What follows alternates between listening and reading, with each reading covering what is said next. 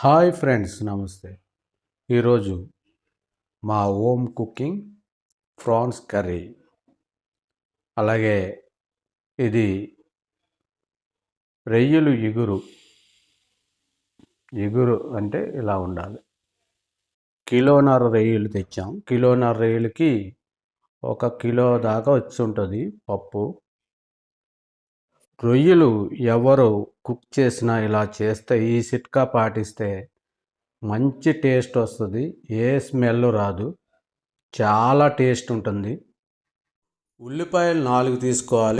టమాటాలు 4 తీసుకోవాలి. ఒక పెద్ద ఎల్లుల్లిపాయ, 2 అల్లం కొమ్ములు సన్నగా కోసి వేయించుకొని ఇలా పేస్ట్ చేసుకోవాలి. 3-4 సార్లు కడుక్కున్న తర్వాత ఇలా డైరెక్ట్గా కొద్దిగా సాల్టు, కొద్దిగా పసుపు వేసి కుక్ చేయాలి. బాగా నీరంతా ఇంకిపోయేటట్టు కుక్ చేసుకోవాలి. ఇదే దీనిలో చిట్కా అంటే. ఈ చిట్కా ప్రకారం కుక్ చేస్తే చాలా బాగుంటుంది.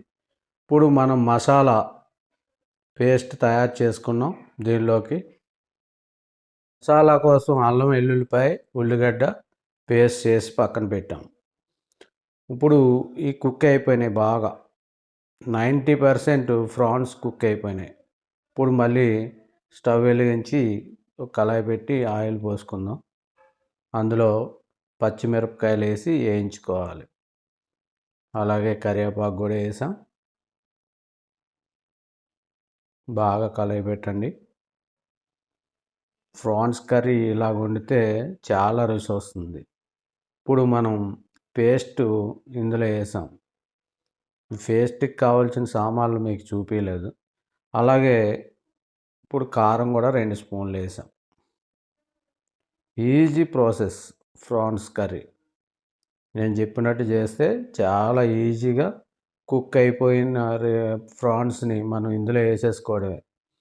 చాలా సింపుల్ పద్ధతి. ఇప్పుడు కొద్దిగా పసుపు వేసాం. అలా చేస్తే టేస్ట్ పీసెస్ కూడా బాగుంటుంది. స్పాంజ్లా మంచిగా టేస్ట్ఫుల్గా ఉంటుంది. ఇప్పుడు ఇందులో ఫిష్ మసాలా కూడా వేసాం. ఫిష్ మసాలా కూడా వేసి బాగా కలయబెట్టండి. ఇప్పుడు ఒక్కసారి 5 నిమిషాలు మీడియం ఫ్లేమ్లో కుక్ చేయించుకోవాలి. కుక్ అయిన తర్వాత ఇలా మూత తీసి ఒకసారి మళ్ళీ ఇప్పుడు జీలకర్ర పొడి వేసేసాం. వేసి అందులోనే ఈ ప్రాన్స్ కుకింగ్ అయిపోయిన రొయ్యలు అందులో వేసేద్దాం. వేసుకొని బాగా మసాలా అంతా పట్టేటట్టు బాగా మిక్స్ చేసి కలపండి. కొద్దిగా నీళ్ళు పోసాం. గ్లాసున్నర నీళ్ళు ఉంటాయి.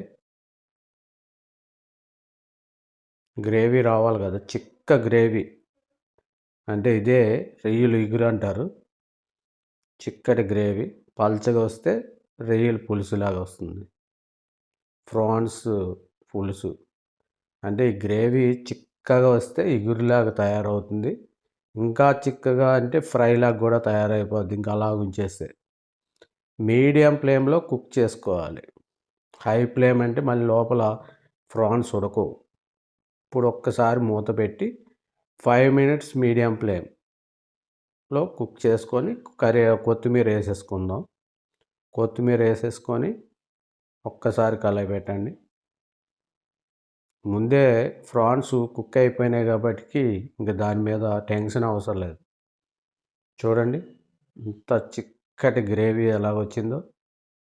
మరి దీని టేస్ట్ అదిరిపోయింది. మరి ఇదే టేస్ట్ మీకు రావాలంటే ఇదే ప్రాసెస్, ఇదే ఫార్ములా ప్రకారం కుక్ చేసి టేస్ట్ వచ్చిందో లేదో మాకు కామెంట్ చేయండి. మంచి సూపర్ టేస్ట్ వచ్చింది ప్రాన్స్ కర్రీ. హోటల్లో కంట ఇంకా మంచి టేస్ట్ వచ్చింది. హోటల్లో అయితే స్మెల్ వస్తుంది. ఇక్కడ మనకి ఏ స్మెల్ కానీ ఏది రాలేదు. చాలా సూపర్ టేస్ట్ వచ్చింది.